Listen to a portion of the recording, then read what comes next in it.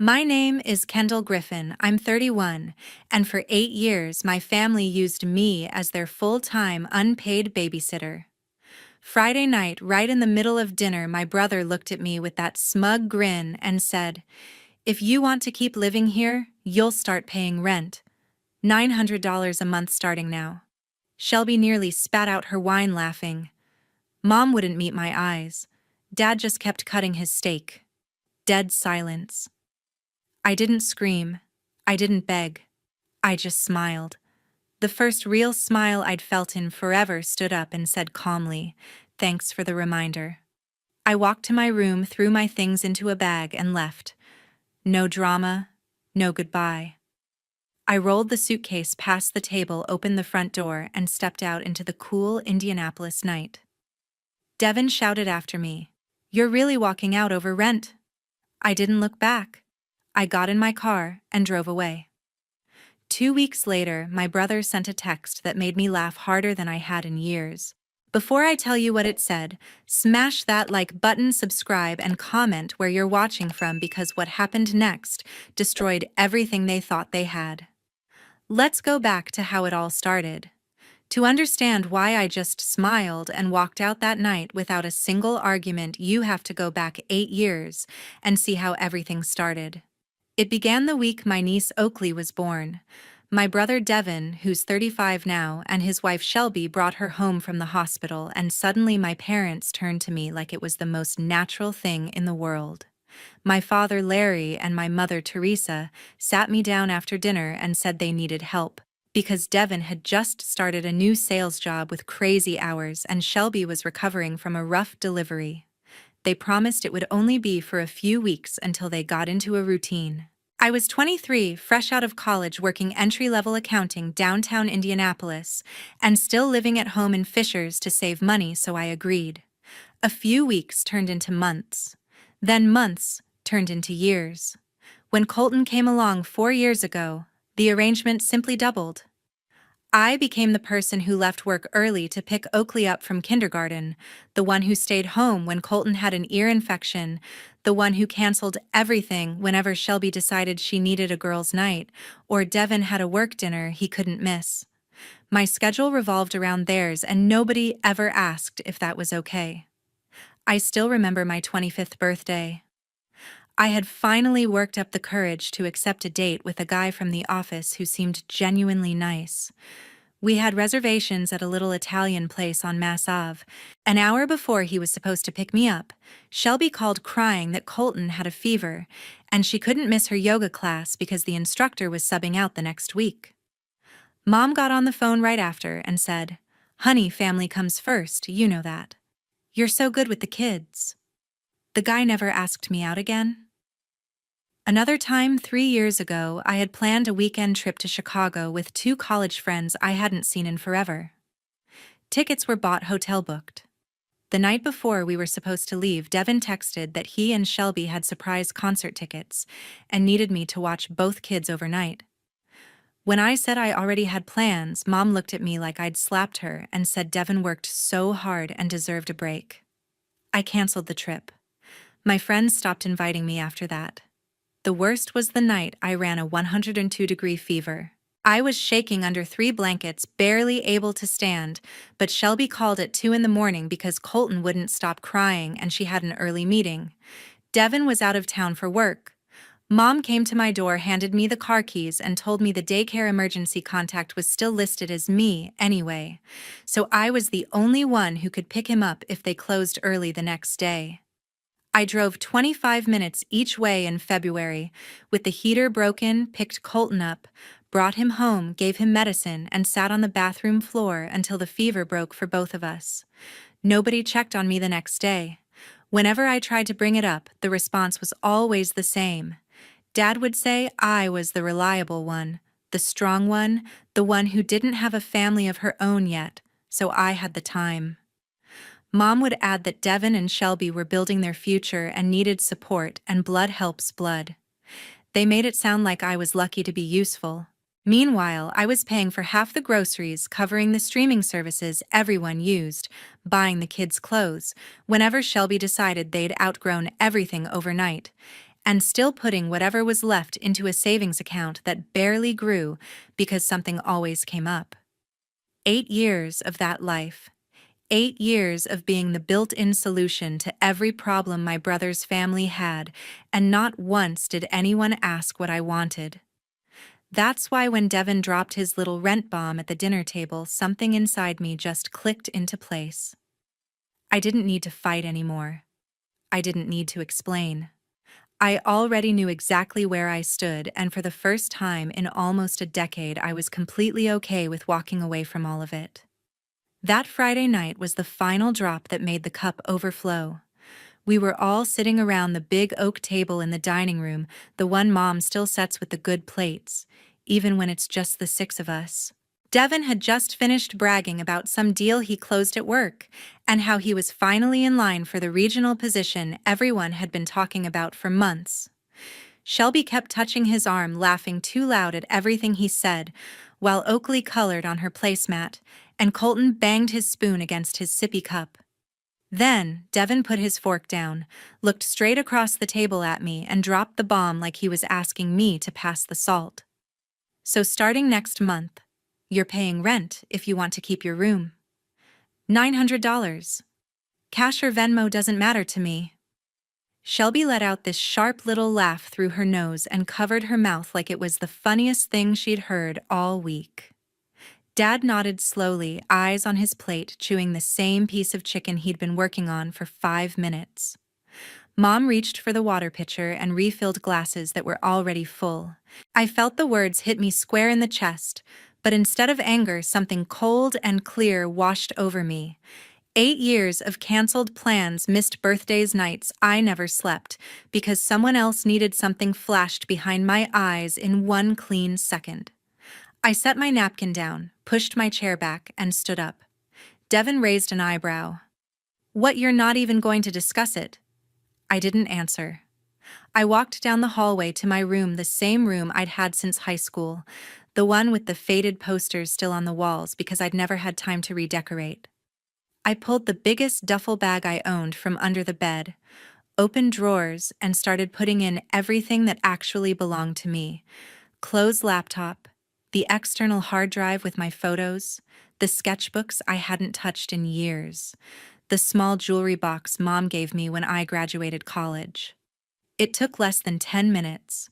Most of what was in that room had been bought for the kids, or replaced so many times I couldn't remember what was originally mine. When the bag was full, I zipped it, slung it over my shoulder, and walked back through the dining room. Conversation had stopped. 5 pairs of eyes followed me. Oakley looked confused. Colton kept banging his spoon. I stopped at the doorway, turned around once, and gave them the calmest smile I could manage. Devin snorted. "Come on, Kendall, sit down. We're all adults here." I opened the front door, stepped onto the porch, and pulled it closed behind me without slamming it. The night air felt colder than usual for early fall in Indiana, but it tasted clean. I threw the duffel in the back seat of my car, slid behind the wheel, and drove. 40 minutes later, I was checking into a Super 8 just off I-69 on the north side of Indianapolis. The clerk barely looked up from his phone when he handed me the key card. Room 212 smelled like old cigarettes and cheap air freshener, but the second I locked the door and leaned against it, I realized something I hadn't felt in almost a decade. Silence. No crying baby down the hall. No Shelby yelling that someone needed to run to Target for more diapers. No Devin asking where his work shirts were. Just the hum of the ice machine outside and the distant sound of semis on the highway. I sat on the edge of the bed, fully dressed, shoes still on, and waited for the tears or the panic or the guilt that I was sure would come. Nothing happened. My phone stayed dark because I'd turned it off the second I got in the car. For the first time since Oakley was born, I fell asleep before midnight, and no one woke me up at 3 in the morning because a kid had a nightmare, or needed water, or threw up on the carpet. The next morning, I woke up to sunlight coming through the thin curtains, and for a few seconds, I didn't know where I was. Then I remembered, and the feeling that rushed through me wasn't fear. It was relief so strong it almost hurt. 10 days after I disappeared from the house, I signed the lease on a tiny studio in Broad Ripple the very next Saturday morning. It was the third place I looked at, 450 square feet above a record store, exposed brick walls, one huge window that faced the Monon Trail, and a fire escape that doubled as my balcony. The landlord didn't ask too many questions once he saw I had steady employment and could pay first and last month up front. By Sunday night, I had the keys in my hand and the first real address that was completely mine.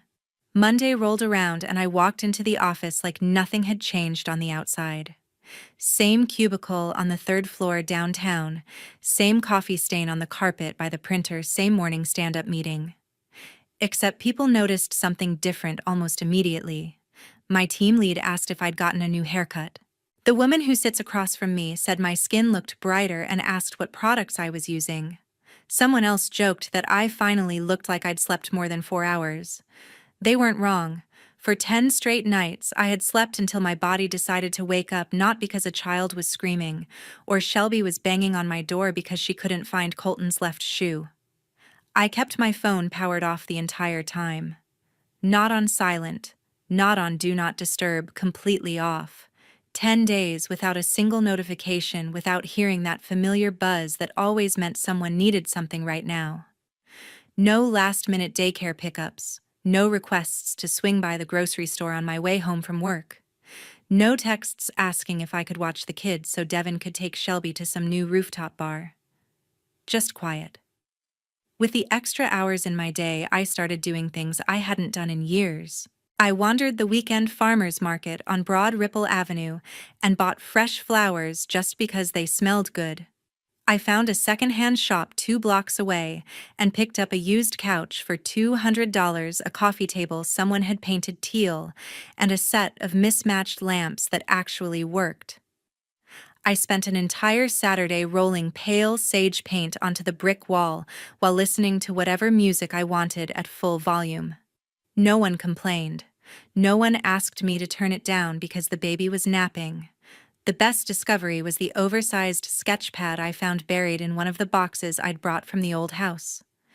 I used to draw all the time in college, little charcoal cityscapes and watercolor portraits, but somewhere along the way I stopped. That first Wednesday night after work, I sat cross-legged on the floor with a cheap set of pencils and started sketching the view from my fire escape, the trail lights flickering on at dusk, people walking dogs, runners with headphones, the canal reflecting the last bit of sunset. My hand remembered what to do faster than my brain did. By the time I looked up, it was after midnight, and I had 3 finished pages I didn't hate. I cooked real meals for one person instead of throwing together whatever would feed 6 on a random Tuesday. I learned that I actually like salmon when it isn't drowned in ketchup for the kids. I bought the good coffee beans and stopped drinking whatever was left in the pot at the old house. I took long showers without anyone pounding on the door asking if I'd seen the iPad charger. I read entire books in one sitting on the couch with all the windows open and the trail noise drifting up like background music. For the first time since I was 23, I wasn't waiting for the next emergency. My time belonged to me, and only me, and the feeling was so foreign I caught myself smiling at random moments like an idiot, standing in the middle of the cereal aisle or waiting for the crosswalk light to change. 10 days of owning every minute of my life, and I already knew I was never going back to the way things were. On the 11th day, I finally turned my phone back on. The second the screen lit up, it started vibrating so hard I almost dropped it. 187 missed calls, 432 text messages, 17 voicemails, all from the same 4 numbers. I sat on the floor of my studio back against the freshly painted wall and started scrolling. Mom had sent 38 messages that first night alone.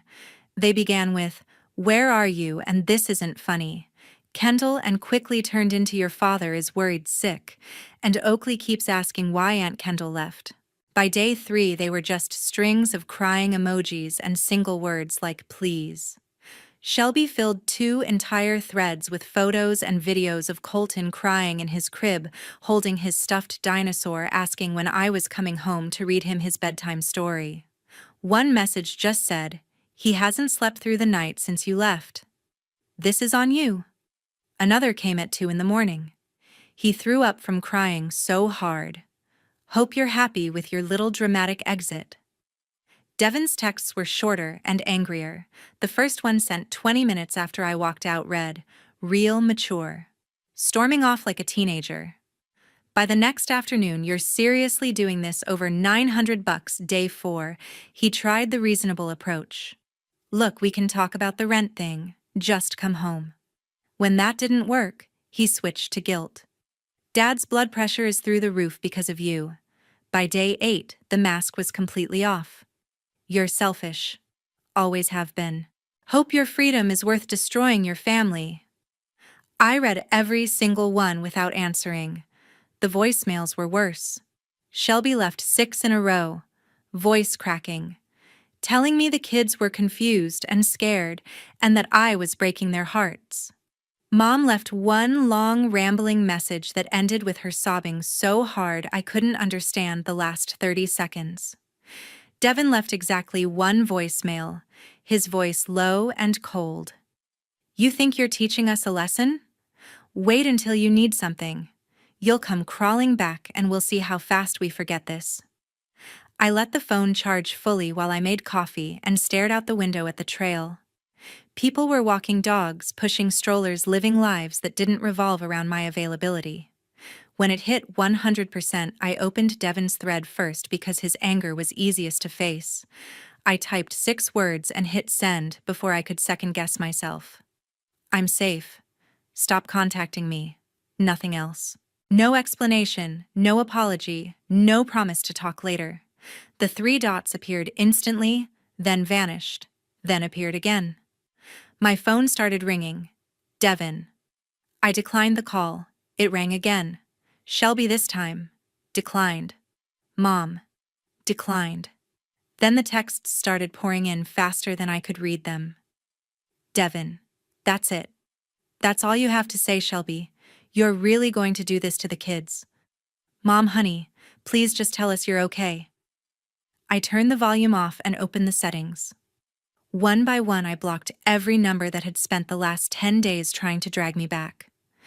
Devin first, then Shelby, then Mom, then Dad, even though he'd never texted once. When the last one was done, the screen finally went quiet. I stood up, walked to the fire escape and opened the window. The October air was crisp and smelled like fallen leaves. For the first time in longer than I could remember, no one knew exactly where I was, and no one could reach me unless I let them. The power of that silence settled over me like the warmest blanket I'd ever owned. I left the phone on the counter face down and went back to my sketch pad. The trail was busy with Saturday runners and the light was perfect. I had all afternoon and no one to answer to. 2 weeks after the day I left, Devin found my new address. I was coming back from the corner market with a bag of groceries when I saw his black SUV parked crooked across 2 spaces in front of my building. He was leaning against the driver's door, arms crossed, staring at the entrance like he'd been waiting for hours. The second he spotted me, his face twisted into something between anger and relief, and he pushed off the car.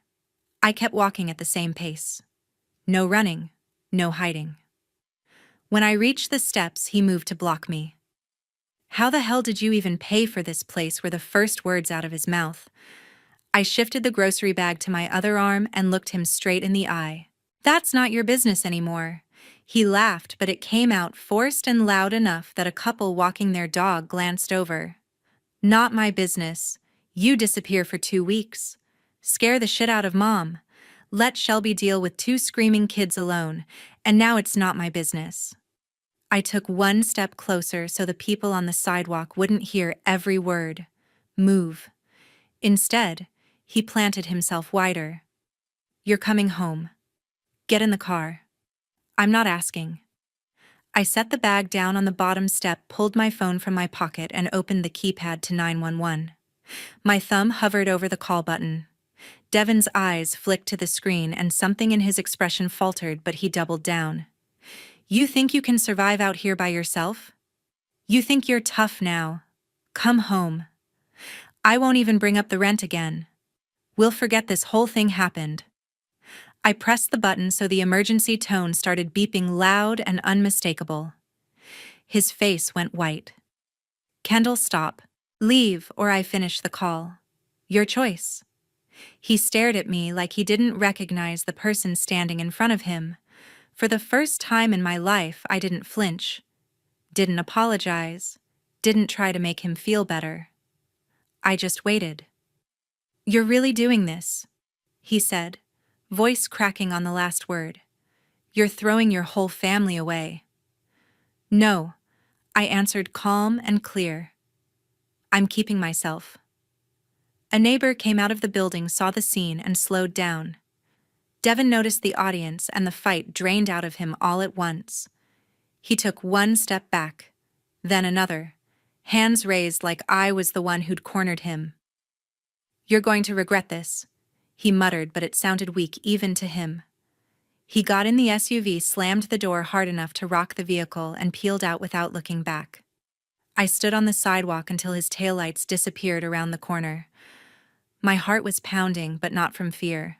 It was the same rush I used to get right before a big presentation at work, the moment everything clicks into place, and you know you've got it. I picked up my groceries, climbed the stairs to my studio, and locked the door behind me. For a minute, I leaned against it, listening to the quiet that was now mine to keep.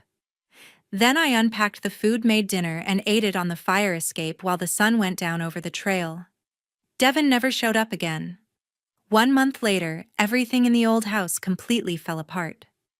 The first hired nanny lasted exactly 5 days. She was a college student who thought watching 2 kids would be easy money. By Wednesday, she was texting Shelby that Colton had bitten her twice, and Oakley refused to listen to anyone who wasn't me. On Friday, she quit without notice and blocked their numbers. The second one never even showed up after reading the online reviews the first girl left. Without anyone to watch the kids, Devin and Shelby tried juggling everything themselves. The house turned into chaos within a week. Dishes piled so high the sink disappeared. Laundry overflowed every basket until it spilled onto the hallway floor. The playroom looked like a tornado had hit it, toys everywhere, old food stuck to the carpet. They finally called a professional cleaning service that charged $350 just to make the place livable again, and the crew told them it was one of the worst houses they had seen all year. Devin's job was the next thing to crack. He had been the top candidate for the regional sales position everyone knew came with a 40% raise and a company car. The final interview required proof he could travel overnight twice a month and work late when needed. With no reliable childcare, he had to turn down every last-minute trip and leave early 3 days a week to pick the kids up from daycare. His boss sent a polite email withdrawing the offer and gave the promotion to someone else. Shelby hit her limit the same week. She packed 2 suitcases, took the kids to her parents' house in Carmel, and told Devin she was filing for separation. She said she never signed up to be a single mother while he chased a job that no longer existed. The last time I heard anything about them, she was meeting with a divorce attorney, and Devin was sleeping on the couch in the living room because he couldn't face the empty master bedroom. 2 months to the day after I walked out, a new number appeared on my phone with a text that stopped me in the middle of the grocery store. Kendall. The company just pulled the regional promotion because I can't keep stable hours anymore. Shelby is filing for divorce. I'm sorry. Come home. I won't ask for rent ever again. I stared at the screen for a long time. Then I typed 8 words, hit send, and blocked the number forever. I stopped being your solution a long time ago. That was the last message I ever sent any of them. Today, I'm still in the same little studio in Broad Ripple. My savings account is growing for the first time in 8 years. I eat dinner on the fire escape when the weather is nice, and sketch the canal until the streetlights come on. I take weekend trips whenever I want. I sleep through the night. I finally bought the good watercolor set I always wanted and signed up for an evening art class at the local community center. My life is quiet, simple, and completely mine. Being needed is not the same as being loved. When you stop being useful, you finally see who actually cared about you and who only cared about what you could do for them. I learned that lesson the hard way, but I learned it completely. If you've ever felt like the family doormat, know that walking away isn't selfish, it's survival. And on the other side of that door is a life that belongs only to you. Thank you for staying with me until the very end of this story. If anything here hit close to home, please share your thoughts in the comments. I read every single one. Like, subscribe if you haven't already, and I'll see you in the next one.